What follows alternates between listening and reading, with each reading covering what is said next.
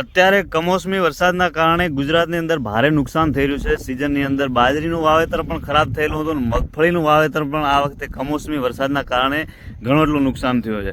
સરકાર દ્વારા જે અમુક જગ્યાએ અમુક ભાગમાં સહાય આપવાની વાત ચાલી રહી છે, ત્યારે હું વાત કરું કે ઉત્તર ગુજરાતની અંદર પણ બનાસકાંઠા જિલ્લાની અંદર ઘણી જગ્યાએ અમારા ધાનેરા તાલુકાની અંદર વાત કરીએ તો અહીંયા દેખો તમે, આ મગફળીનું વાવેતર આ અહીંયા છે, આજે 4 વીઘાનું વાવેતર છે, એની અંદર નુકસાન થયું છે. અને બીજા એક જ ધણીની વાત કરું તો લગભગ 10 વીઘા જેટલું નુકસાન થયું. આવા કેટલાય ખેડૂતોનું નુકસાન અત્યારે થયું છે, બરાબર છે, ઉત્તર ગુજરાતની અંદર.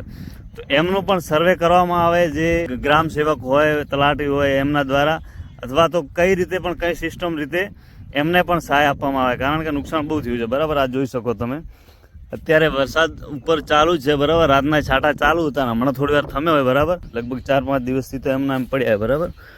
એટલે ઘણી જગ્યાએ નુકસાન થયું ખેડૂતોને, તો એમનું પણ સર્વે થવું જોઈએ. દરેકને જે સહાય સરકાર ફાળવતી હોય એ મળવી જોઈએ, કારણ કે ખેડૂતોને લગભગ આ સાલની વાત કરીએ તો નુકસાન જ છે. બાજરીની સિઝનમાં આ જો, આ બાજરીની 4 ઢગલા પડ્યા આવી રીતે, મતલબ હાવ ખરાબ કરીને, બરાબર. એમાં પણ નુકસાન હતું, એમાં પણ વરસાદ આવી ગયો, અને આ મગફળીની અંદર પણ આવીને આવી હાલત છે, બરાબર. આ મારા સામેનું ખેતર છે, જેના અંદર ભાઈ ઉધડ લઈને વાવેલું હોય, એમ પણ નુકસાન છે, બરાબર.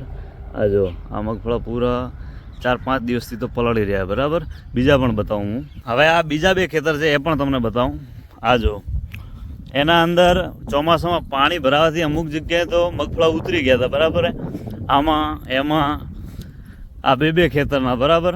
આટલા બધા મગફળીની સિઝન મતલબ પૂરી ટોટલ લોસમાં એમ સમજાય. જે લોકોને નુકસાન થયું એમની વાત કરીએ, બરાબર.